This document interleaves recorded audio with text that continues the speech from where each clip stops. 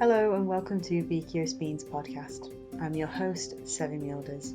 Are you curious about the natural world, with its abundant ecosystems and diverse environments? Perhaps you're interested in behaviours, evolution and communication? Then this is the place for you. Along the way, I'll be speaking with conservationists, scientists and naturalists within the world of conservation science to bring you all the hidden gems and wildlife facts. So, come along and join me on this curious journey about the place that we live on. Please welcome Duncan Fraser. Thank you for having me.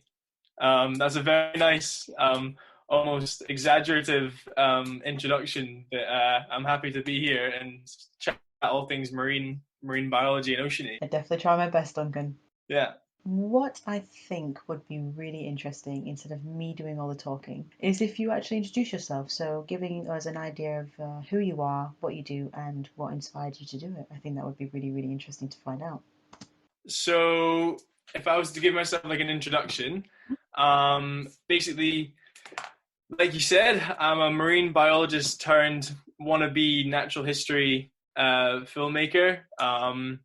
My sort of specialist interest is and was in coral reef systems underwater. I went to the University of Glasgow and I graduated in 2018. 2018. God, it's getting longer now. Yeah, in my career as a marine biologist, when I did my undergrad, I did a number of expeditions, and that was mainly just through the university, kind of allowing it. But these expeditions were to the Red Sea in Egypt. Nice.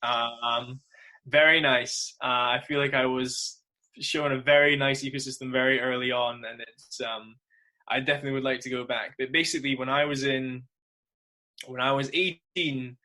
I didn't really have a big understanding of what I wanted to do with as a career. I knew that I enjoyed like all things animals, and I wanted to study that a bit further, and I liked being in and around nature and stuff.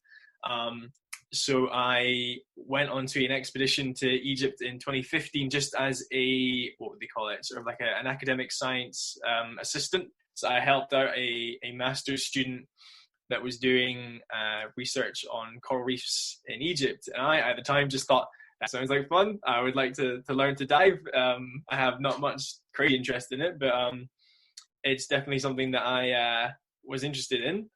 So I went along and kind of changed basically the sort of outcome of what my next years were going to be from then on. I kind of found that when I went the first time, I fell in love with diving. I fell in love with everything ocean orientated. I loved the science. I liked nerding out with this guy, even though I had like no real knowledge of what was going on. But it was fun to be involved with this. And he was kind of like a sort of mentor in sort of how to learn how to do like ecological data and research. And he had a real passion for corals, which is not necessarily like the thing that you go to when you're looking at coral reefs. You tend to look at the fish or the sharks or the rays or the whatever it is, but he really just loved the corals themselves, and that was kind of like distilled onto me. So I spent a great 6 weeks there when I was about 18, and then that, like I said, that kind of dictated my life from then on. I realized that now I want to do my own research on tropical reefs and corals, and to do that I had to pursue like diving goals. So I had to become a rescue diver before I could do any further than that. So in the years that followed, I became whilst I was doing my undergrad, I did more diving and got more qualified, and I went back to Egypt when I was in 2017 to do my own research project. I'll probably go into more detail a bit later, but that was basically looking at corals and how light affects their distribution patterns on reef systems. So it was it was a nice trajectory to go from complete novice of coral reefs to then someone that was actually specialized a few years ago. So I did that as a sort of diving project in 2017. But kind of concurrently with that, although I was really enjoying doing scientific research, I was, as is anyone that's in this sort of like life sciences background, we all watch Blue Planet or Planet Earth or like these amazing blue chip natural history things that just make this science communication just so beautifully done to like the public. So I kind of thought at that point, I'd like to make a small, well, I mean, it was 15 minutes. It was a 15-minute documentary of the sort of students and what we were doing, because it wasn't just me that was doing a research project. It was me and 4 others. I think it was quite a big team. So I set up like a few interviews. I've tried to get some footage of some people. It was purely just for the fun of it, and there's something to be said in that just doing it for the complete fun of it was really good. So I made this sort of small film concurrently with doing my final honors project, and then another seed was kind of sown, and I was like, well, I'm really liking academia, but I really loved making a film about the scientific work that we were doing. And I found that when I was kind of, what I quite find is you watch YouTube and it gives you your recommended. But often I would look at my recommended and I'm like, oh crap, it's all history filmmakers. Like it was almost like someone was telling me, like, this is just the stuff that you watch all the time in your spare time. Yeah. So in my final year at uni, I applied to become a filmmaker for the university itself. And that's when I got my first kind of paid role as a filmmaker. And was kind of also the sort of like turning up the cogs to me to be like, this is actually probably the career pursuit you're going for. So yeah, finished my studies as in academia as a marine biologist, and then post graduation, I thought, well, I'm still young, and I realized that this is something that I really want to pursue. So I started putting out feelers to be like a not even paid freelance filmmaker, freelance videographer, and I put out a number of feelers, and in a weird, like unbelievably well-timed moment, an advert came up for a marine research center in Cape Town that were looking for a kind of up-and-coming marine biologist filmmaker that would be interested in making a sort of small documentary for the stuff that they do on kelp forests. So I couldn't believe what I was viewing. I was like, that's literally me in a job description. So I kind of emailed them everything I had, what I've made in the past, what I could do, kind of in the sort of like never really having reached out to people before, so not really expecting much back. And within 1 or 2 emails, they basically said, "Could you fly out in October?" And at that moment, I was like, "Oh," or like, "Oh crumbs." So I complete kind of luck of the draw, managed to get this work in Cape Town in October. So I went, and then I worked for a bit in another part of South Africa. It wasn't really marine biology based. I made a wedding film, which made me realize that I will never make wedding films ever again. Yeah, it was not my forte at all. But you learn along the way. And then I did my dive master in the January of 2019 with a friend of mine in Mozambique, and that was just a plan that we always had, because we just thought, like, we've done dive. He was a friend of mine that we did our dissertations together in Egypt, so we dived a lot together. We wanted to do our dive master. We were good friends, so we planned to meet up in Mozambique and do it there, mainly because Mozambique's got really megafauna. I'll probably talk about them a bit later. But we met up for our dive master, and we got along really well with the company. And about a month in,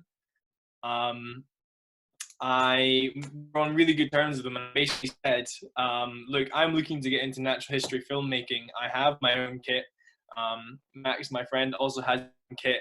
Would you be willing to kind of sponsor us to make a film? And I really wanted to hit on the point that I would like some sort of monetary gain from doing the work, not even if it's an awful lot, just to say that I was doing freelance paid work was really important at the time.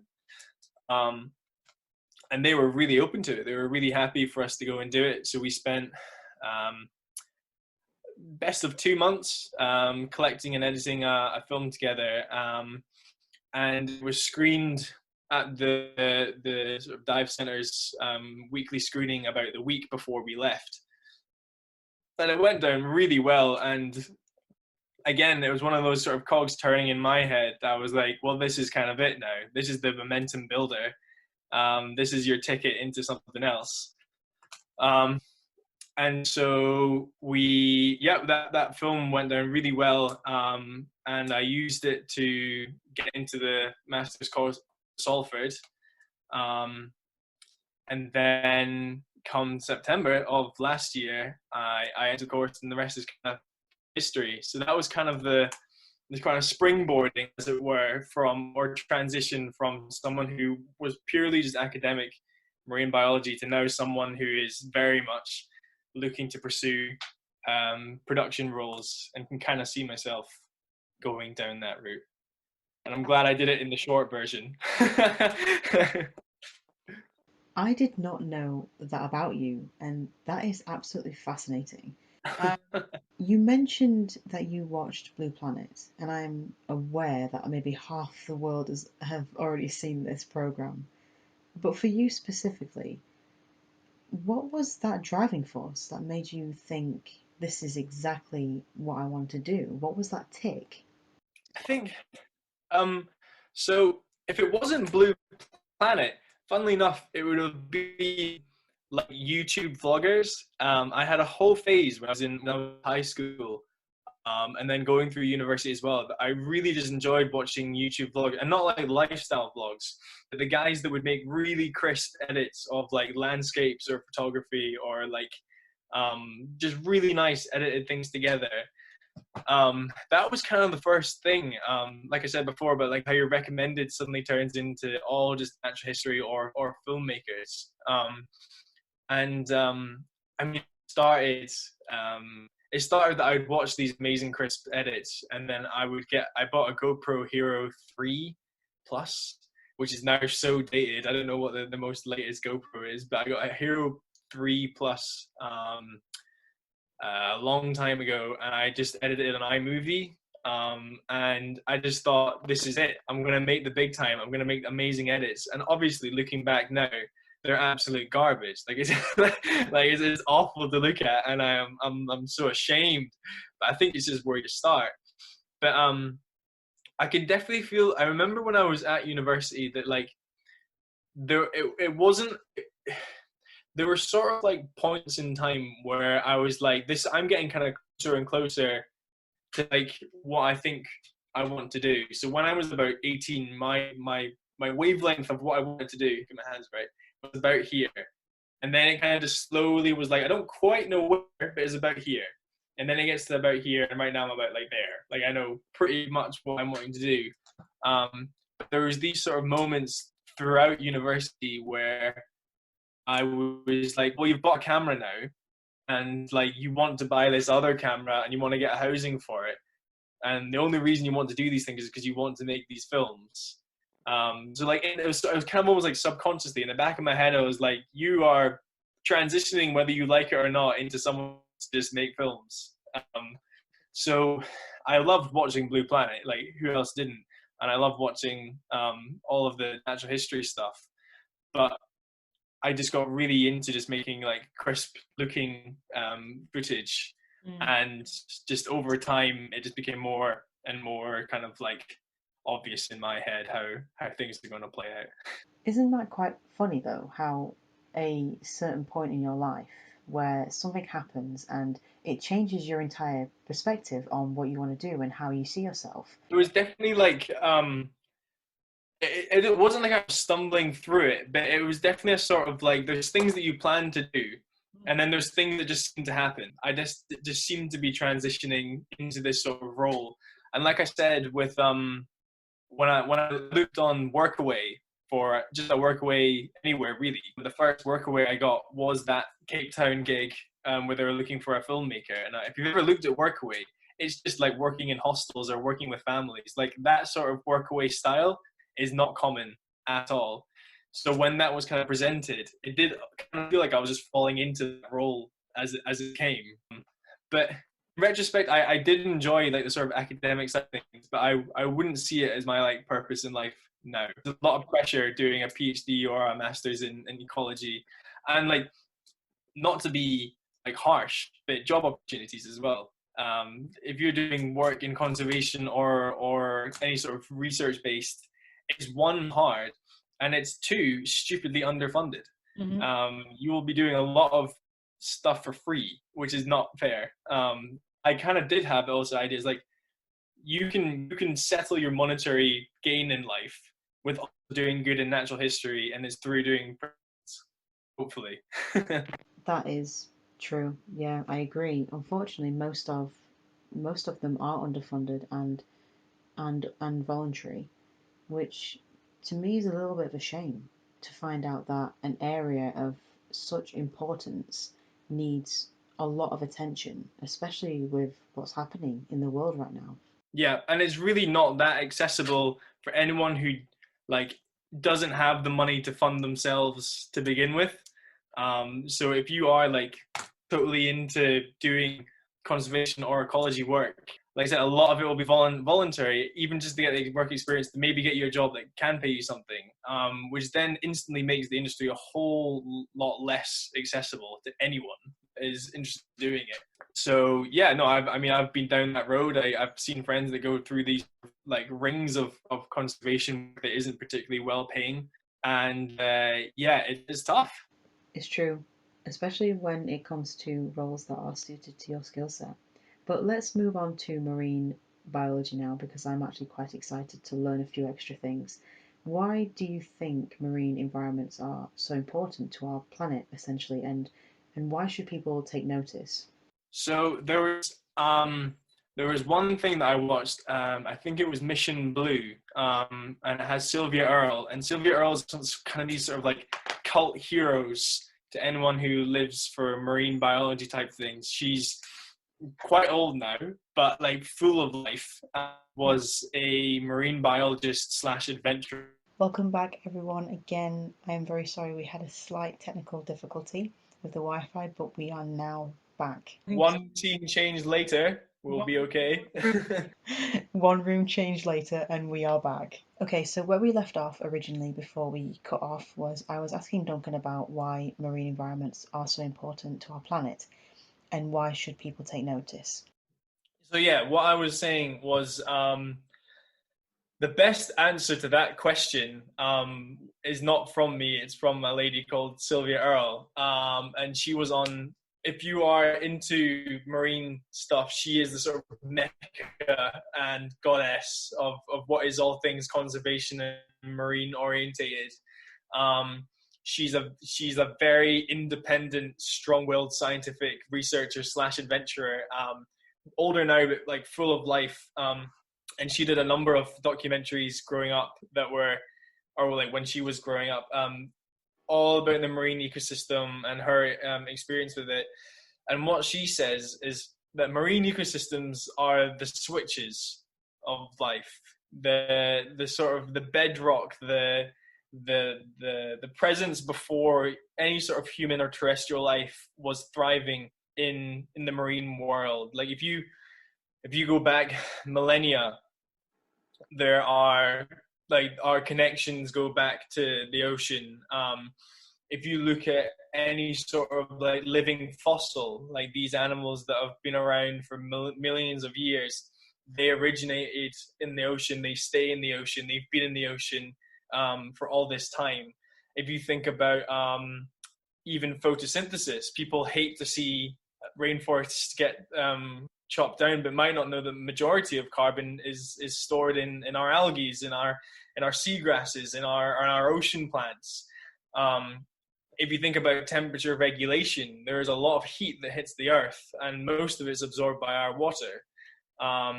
Any sort of lunar cycle, waves and how things are used, and that is actually the bedrock of a lot of animal behaviors, is associated with the sea and the tides and the moon and how it all interacts together. If you think about people's livelihoods, people fished the seas for a long time. People still fish the seas now. If you think of coral reefs as being like shore breaks from hurricanes or large waves, they're protective mechanisms. And it's all based on this one system that will actually feed the whole of the terrestrial environment. So she described it as if you don't have terrestrial life, you still have oceanic life. If you don't have oceanic life, you don't have terrestrial life. It's the switch of life is kind of how she described it. So heed her words. But do you think there's a false representation? So when people think our oxygen comes from trees, but you clearly stated that it comes from other species as well, such as seagrass and algae. Do you think people know about this, or is it something that we've actually missed out entirely? I don't think so. I think maybe less people know that than what is made sort of common knowledge. And it's probably just people's relationship with the ocean. Now, if you think we live as a society in a very much more built up now than we did back in the day. A lot of people live in cities. A lot of people live in urban areas. Some people are not very connected with the countryside, never mind the ocean. So I think if there was a lack of knowledge that like most carbon sequestered in ocean systems is not it's not implausible, that is just something that people wouldn't think about as being true. And also I think it's less applicable. Like I think if someone sees a tree go down, then they understand what it means to lose a tree, and how much it like means to like us. But I think it's less so for ocean stuff, which is bad. Like we should be better at saying how important our oceans are.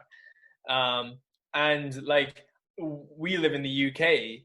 I live a lot of my life not at the coast, which makes kind of little sense since we live in such a small island.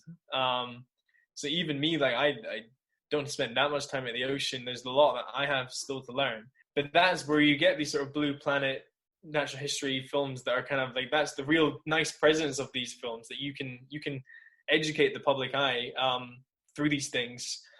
And if you think about Blue Planet 2, I think it was, just thinking about education in the ocean, Blue Planet 2 set aside quite a lot of time to like plastic pollution. And then that created a whole wave of awareness that people maybe didn't know of before.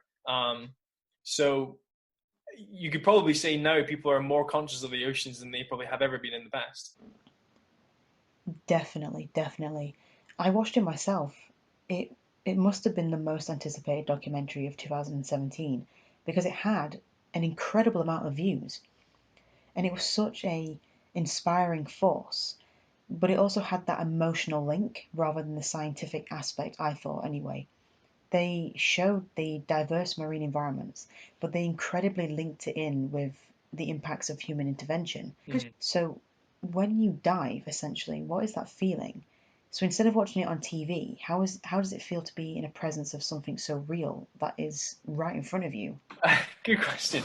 I'm going to do my answer that doesn't sound like I'm like a surfer trying to describe what a perfect wave is and sound really arsey about it.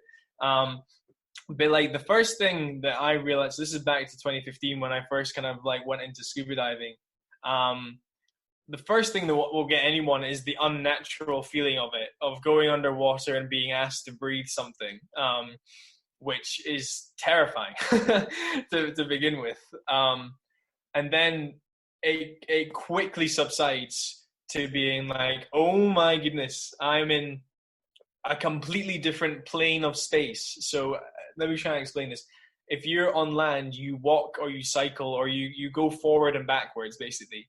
Whereas when you're in the ocean, you can go up and down, left, right, X, Y, Z. Like your plane of space is similar to that of a flying bird or something. Like you can contort and go anywhere that you would like, and that is an extremely liberating feeling.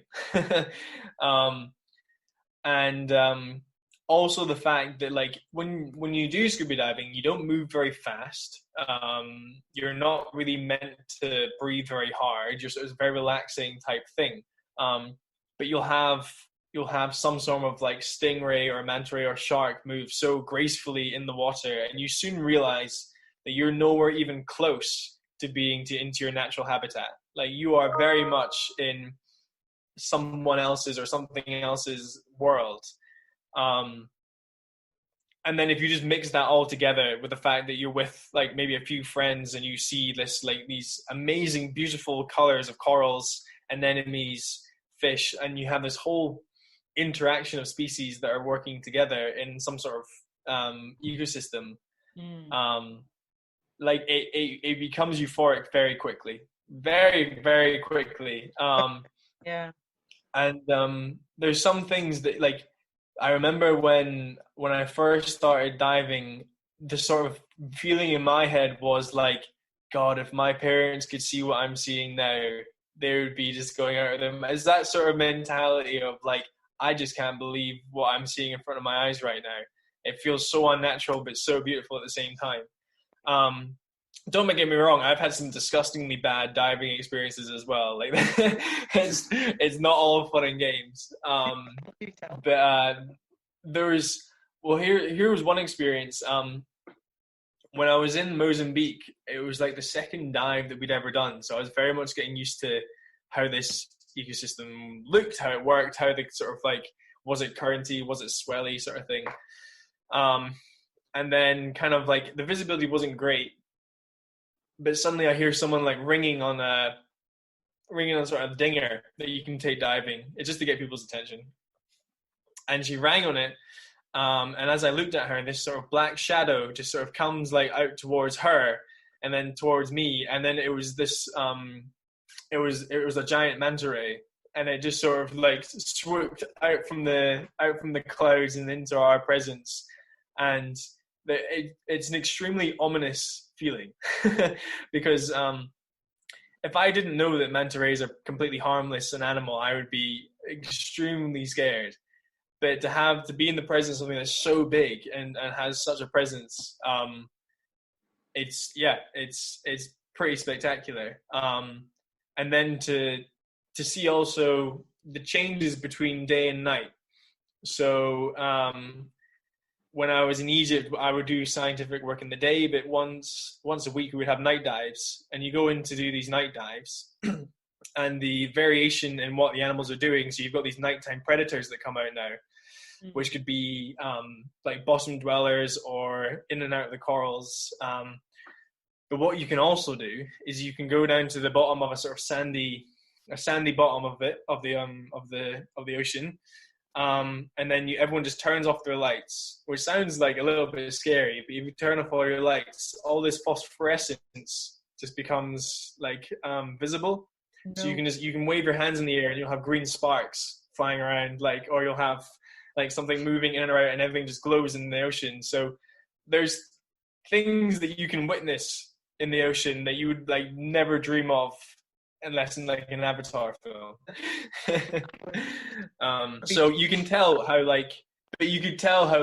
my experience of diving like very quickly became forefront of what my pursuits and kind of further life were. So I must have been hooked from an early age. So when you're in this abundant environment and you see this world full of diversity and just colour, what is that first feeling? Yeah, it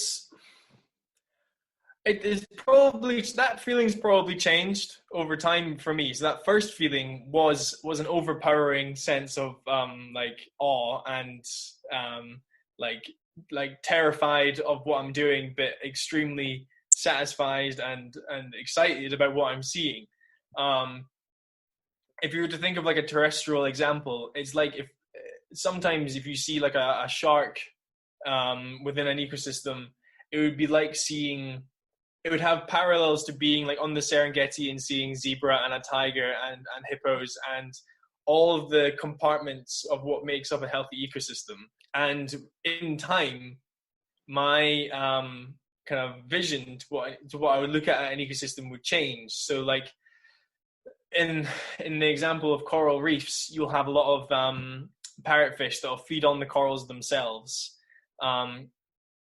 Or you'll have these sort of cleaner wrasse that will live in and around the corals and start cleaning on either yourself or other fish that are in the area. Or you'll have these snapper fish or these shoals of fish. You might sometimes you'll get these sort of pelagic kingfish kind of coming in and around. So it's because ocean systems tend to be quite close together. You see all the sort of compartments of what makes up a healthy ecosystem in one place, which is an amazing feeling. It's it's definitely hard to put into words. It's almost something that you wish you could just show people, and then they would do all the talking for you. Yes, the documentaries actually do show underwater environments, and they are so fascinating and breathtaking. But a little disclaimer, me and Duncan are actually studying the same master course where he specialises in underwater biology and marine environments, whereas I'm more towards the land-based biology, but to get a chance to even dive underwater would be, I guess, a life-changing experience for me. So what kind of advice would you give me or others that want to get into diving and see this abundant world? Into diving, best decisions you probably ever make to get into. I think what people might, I mean, it's not the cheapest of options to get into, but I kind of did it through a few avenues. If you can, it's not. I think a lot of people look at diving and think, "Oh God, that looks quite scary. I don't want to. I don't want to try that. That'll be kind of hard." And like with anything, obviously there's a few things you have to learn along the way, but it's an extremely accessible and more so accessible sport. Like you don't have to be that fit. You don't even need to go that, like, no one's going to take you down to a depth that you're not comfortable with to begin with.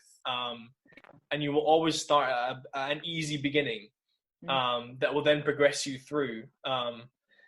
And if you want to look into diving, like 100% go for it. I think there's it is getting, like I said, it's getting more and more accessible, and more people do it every year. I think Paddy liked to tell everyone that they've got more members every year than they did last year. But there's always diver clubs that make it cheaper. And I think it's sort of, you always find as well that when you speak to someone that's done some form of diving, but it'll be similar with the conversations that me and you have. Like, yes, I've done a lot of stuff on coral reefs, but I have not been to Brazil's like Amazon rainforest where you have been, and I would love to go. So like there will be knowledge that you have that I would be like so keen to learn. But what you find is that when you speak to like-minded people in these areas, you find a lot of common ground really quickly and a lot of appreciation for the environment and the ecosystem. Like, I don't know if it's the same with you, but for me, after most dives, you talk about what you saw, how amazing that was. God, that was fun. And like, as soon as you have these sort of conversations with anyone, doesn't even matter if they're like ecology, like marine biology, zoology, kind of person. It could be that they just want to have a fun holiday. But as soon as you start having these conversations of like, oh, like they might say like, oh, that shark was amazing, or that shark was scary, and then you can tell them like that shark was amazing for the ecosystem as well. Or you can say, like, you can easily have this common ground now of what the meaning of this like environment and ecosystem is. So for people that are just interested in diving, you'll find that you will find a lot of interest that is not just diving. You'll get interested in a whole variety of things that will make it a lot better. Like I was a scientific diver, but there are some divers that are like trimix divers. So these are the guys that want to go like deep. I have no interest to go deeper than I feel perfectly comfortable to do. But these guys want to go deeper and try technical diving. Like I have a friend who lives in Shetland, and he does like oil rig maintenance and fish farm stuff. So that's his kind of area of diving. So it doesn't even need to be marine biology based. But you'll find there's a whole avenue of things that you can explore just from taking that kind of one step into diving. So I would very much recommend. Definitely. But a little shameless plug, but I'm going to do it anyway. When we actually went to Brazil to conduct scientific research, we actually did swim in the Rio Negro, and it was just fascinating in itself and very, very insane to think that you were actually there. But interestingly, there was a place that I will never forget, and it was called the meeting of the two rivers. Yeah. And these waters never mix. And so we asked about it, and they told us that one side of the river is more acidic, Yeah. and the other is more alkaline, and that's the reason why they do not mix. But I wanted to ask you, so moving on, I wanted to ask you about coral reefs. Are there species that are filter feeders in that community? Mm-hmm. So coral reefs, if you're looking at your megafauna like whale sharks or manta rays or whatever it be that filter feeds, you will need to have a system that has a high level of upwelling. So to explain upwelling, it's just when ocean water moves from the bottom of the ocean to the top of the ocean. And when it when it goes up to the top, it brings up all this rich nutrients that these filter feeders can feed off. And that's when you get your sort of manta ray or whale shark meetings when you're diving. Now that can happen in some areas with coral reefs, but what you do find is that coral reefs can live in environments that have like no upwelling or mixing at all. They call it like oligotrophic waters. It's basically waters that don't have that much nutrients in it at all. Okay. So if you think about the Red Sea, I've done so when I was doing work in the Red Sea, I could see underwater for a long distance. And the point of that is because there isn't much phytoplankton or zooplankton or drifting things in the water. And what that means, it's kind of an interesting study, because usually things like phytoplankton or zooplankton or small bits of food is the basis of an ecosystem, but not necessarily the case in coral reefs. So your basis of your ecosystem in coral reefs are the corals themselves, because the coral is an animal, but inside the coral animal it has a symbiont or a partner plant, like called a zooxanthellae algae. So this algae lives inside the coral, and what that coral does is, because it has so much exposure to light, this algae can photosynthesize like a plant would.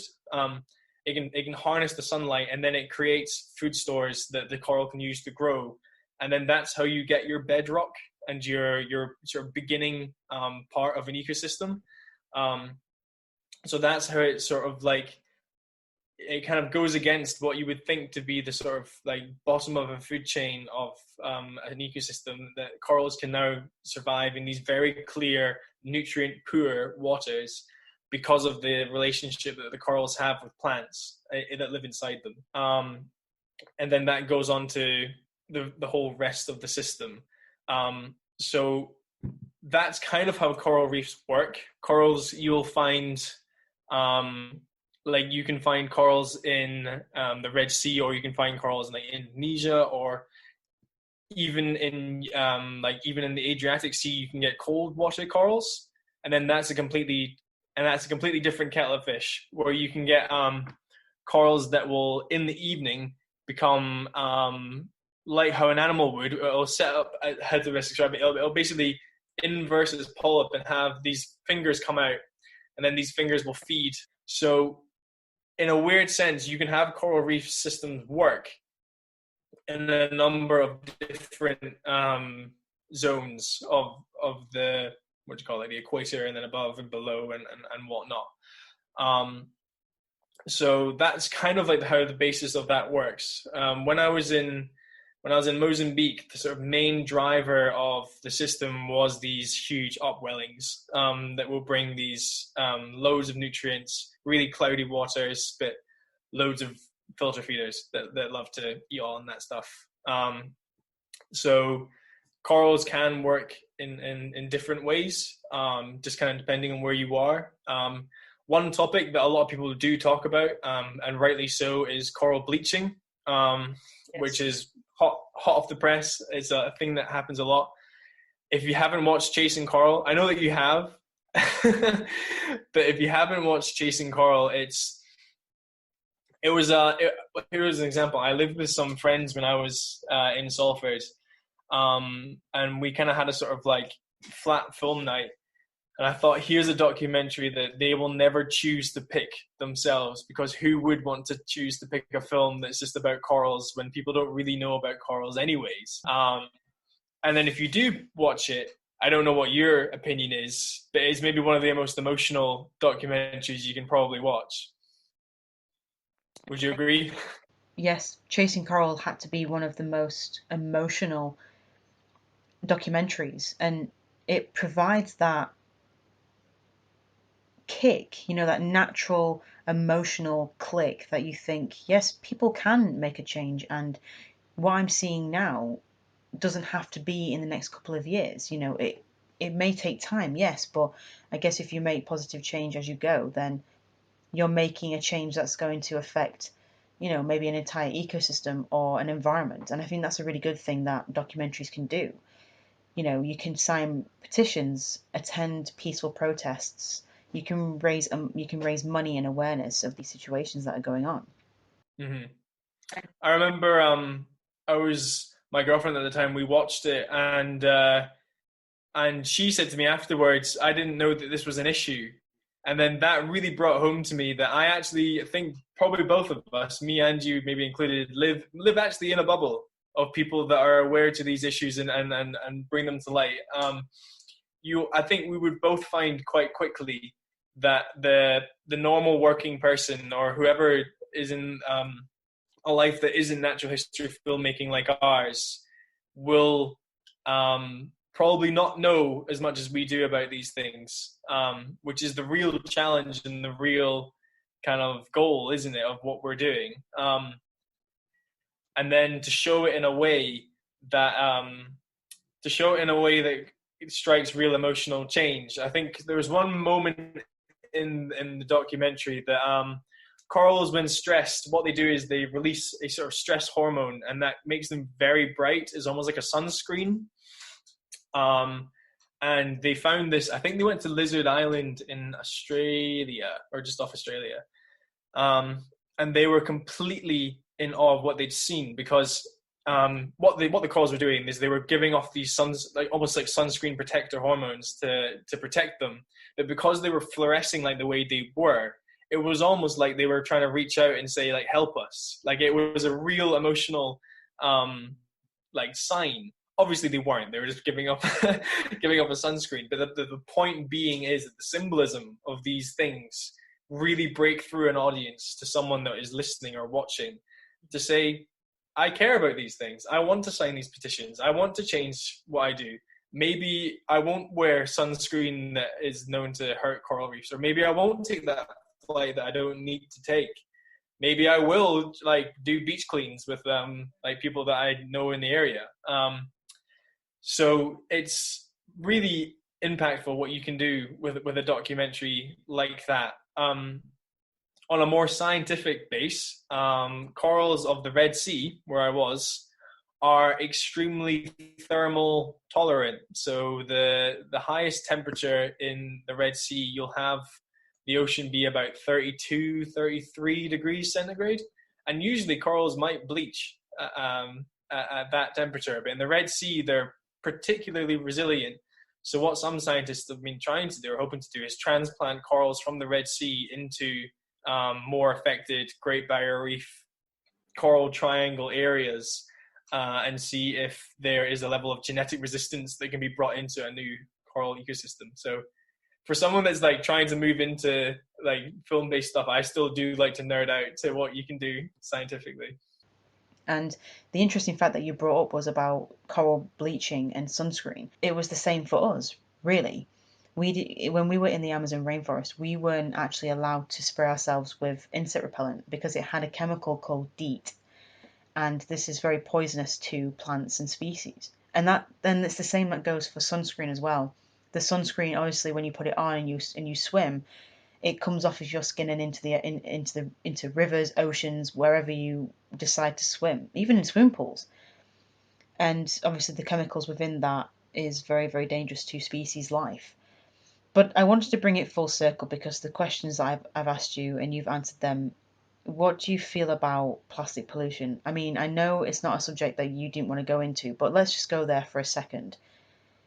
How do you feel about the current situation that is affecting marine biodiversity? Um, Plastic pollution, for one, for me is a growing probably concern in my own life. Just from, I don't know if you ever get this, but I was hoping to do a bit of research into, and we'll see how it goes. But I was wanting to look into how climate angst and environmental concern is impacting our mental health. Mm. Um, because I know definitely in my life, my mental health is definitely taking hits of like, crap, I'm going down Lidl's or whoever, there are other stores, whoever stores, like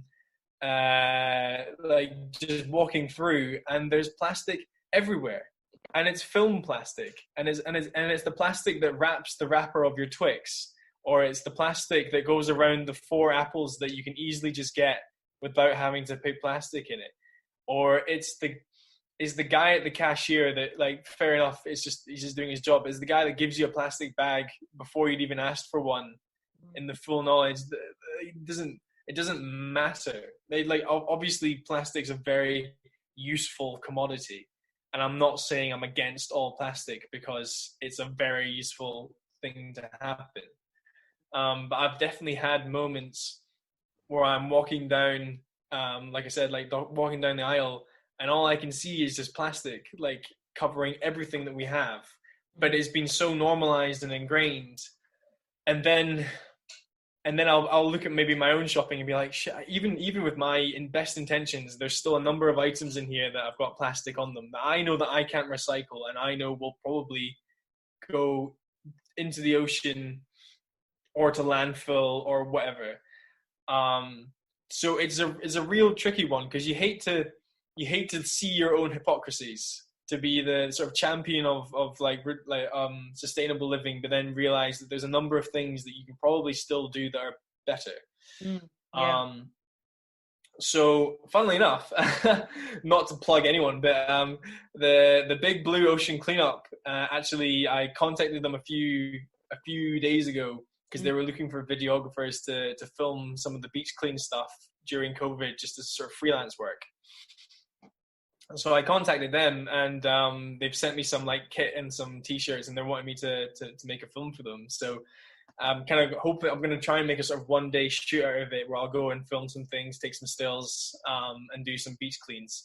I've done some beach cleans in the past, and for all that you would think that they're like just not fun, boring things, you find that when you go to these things, you're going with a lot of very like-minded, energetic, happy people, and it's actually just a day out at the beach. Yes, you pick up rubbish, but you feel great for doing it. So I would recommend that, like, beach cleans are just not actually, they're way more fun than you think they might be. On a scientific level, I'm vegetarian, but there is a proportion of any meat that people consume now that has a proportion of plastic in it, and it's through the microplastics that feed into the ocean, that gets taken up or is a part of the water that you use to feed animals, or it's in the soil that is the animals eat. And if you eat a number of fish, the fish just ingest these things, which means that you're now consuming a level of plastic, and that's kind of an insane fact to tell someone, that we have such a plastic problem, that the fish that you got from your, even if it was just from the harbour, from a really nice guy that got it sustainably, will probably have plastic in it. And that's a big issue. And if you also think there's a study that was done on, I want to say alligators, but if it could be alligators, could be crocodiles, I can't quite remember. But they ingest plastic, and what the plastic does is it changes their endocrine system, and their hormones have an imbalance. And what you find is that there are a lot of male crocodiles, let's say, that are going infertile because they have higher levels of estrogen than they do testosterone, because the plastic induces a sort of hormonal imbalance. So problems that you never thought would ever have been a problem because of plastic become a problem because of plastic. There was one time, there was one time I was in Egypt. A sort of ship containing fruit fell off the coast, and then I went and dived on the reef the day after, and there was bags, and there was wires, there was bits of tomatoes like just around the ocean, and it's awful to see.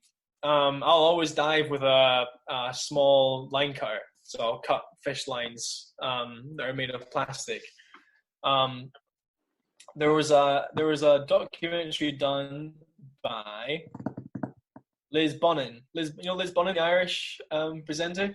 She did a thing on plastics in the ocean, and it's really hard because plastic's here to stay whether we like it or not. It's just what do we do? What do we do otherwise of it? My sister gets all of her veg from a veg box delivery system, so it all comes just in one cardboard box, and then you just have to kind of cook with what you have, and it's all seasonal veg, and it contains no plastic. And then do you know what, actually, in thinking about it, I think we're all a lot more plastic aware than we used to be. I think you would only have to rewind the clock 10 years for people to be kind of not recycling ever, really, and not really that aware of it. Like, how often do you go to a chain restaurant now and they'll give you a cardboard straw because there's an attempt done to do something about it? I worked at a place during the Fringe, which is a festival up in Edinburgh last year, and all of the things that we supplied, like cups, knives, plates, whatever, was biodegradable. And even the plastic, well, it wasn't plastic. It was like the cups that you would use to hold beers and stuff was all biodegradable. So with like these big problems, you have these big solutions that are definitely workable.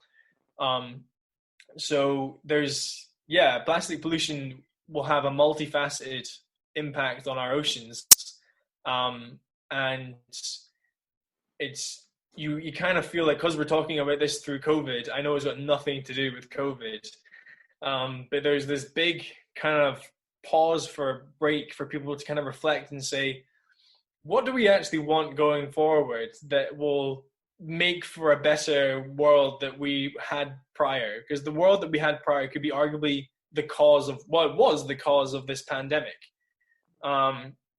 And what steps can we do that has a greener future that would be better for all of us and safer for all of us going forward? Now, whether that be more people work from home and not have to commute and use like public transport or drive their car, or people use the bike more, or we really hit into a Green New Deal, or we establish new non-plastic alternatives. Everything's there. It's just how much time do people spend to like pursuing it. And I guess to tie off to what we're doing and what I'm hoping to do is that we'll be the people that make the films that make that accessible, to say, here's the real problem we've got here, but here's the real solution. That there was a big thing that I've been looking into, and it's about how much alarmism is used in natural history documentaries, and is that working? Like, I mean, maybe I could ask your opinion of this, but how many times have you watched a natural history documentary and at the end of it just felt really heavy and really quite glum and like, oh God, we're screwed? I have certainly felt gloom, and I felt I could do more. And I think natural history documentaries do well to make us feel that way, because it allows us to make positive changes to our lifestyle. But I have to say, the one I keep going back to, and it relates to climate change, is Before the Flood. Now, if no one has seen this, please go watch it. Leonardo DiCaprio stars in this documentary, and it's incredible. But it shows how much pollution is being released into the atmosphere, and I always feel there's so much that we can do. It either cycle more or reduce the amount of produce that is wrapped in plastic, or restricting the easy way, so to speak, and always thinking on how the environment is going to be impacted in the future. For example, an individual carbon footprint is actually quite high, and you think, how? I'm not doing anything. But in actual fact, it's actually the facilities such as buses, cars, trains, and the produce that we're using. It all adds to the amount, which is incredibly eye-opening, and us as individuals can accumulate quite a lot of carbon. Yeah, especially, I mean, I think one of the things we'll have to all kind of take a hard to swallow pill is if you live in the Western world like the UK, your footprint will just be higher than someone who lives, say, in Africa or in some other areas that are less developed. Because we have a developed way of life, we just have central heating and things that take energy and things that will mean that your carbon footprint is so high. Or to make an example, if you love avocado, that avocado gets to the UK through a boat or a plane. I don't know how it gets to the UK. You know what I mean? There's a number of produce that we love to have. There was I think Boris Johnson just made a statement about how if we have an Australian deal, we'll be able to get Tim Tams. And funnily enough, like, I don't know if he means it like tongue in cheekly that he just wants us to have more Tim Tams. But when he said that to me, I kind of just thought, God, what's the carbon footprint of getting a trade deal with a country that's literally on the other side of the world? Like, how much does that cost? And I think it's really easy to get yourself bogged down with it. And I think that's probably the worst thing you can do, because to be bogged down is to not be proactive. And I think the point I was going to make is that some documentaries, yes, they'll try and hit you in the feels a lot, but I would love a documentary that just full frame solutions. If it established, we know what the problems are at the beginning. It's been made quite clear. But then if you go through, say, an hour-long episode of just straight solutions to problems, like you would impact and like put a fire under so many people to be like, I can do that. I can buy that product. I'll go to this energy provider that does it just off wind farms or like off like tidal stuff. Like, I definitely find it draining to hear again that like we might not have corals as we know it in 50 years time. I know that rule, and that makes me feel sad. But I think turning the corner is as important, if not more important, than telling people what the problem is. I 100% agree again, but I think it is now time to sadly end this episode right here. Thank you to everyone that tuned in to the very first episode of Be Curious Beings. I'm so appreciative and so thankful. If you'd like to follow Duncan's journey, I will leave his Instagram link in the description below, where you can freely follow him and his stories. Thank you so much for joining us on the show today, Duncan. It was a pleasure talking to you. I've really enjoyed it. And if you would like to know more about any updates and following podcasts, please follow me at Be Curious Beings. I will leave the link in the description below. Thank you so much, and I look forward to you joining me on the very next Be Curious Beings podcast.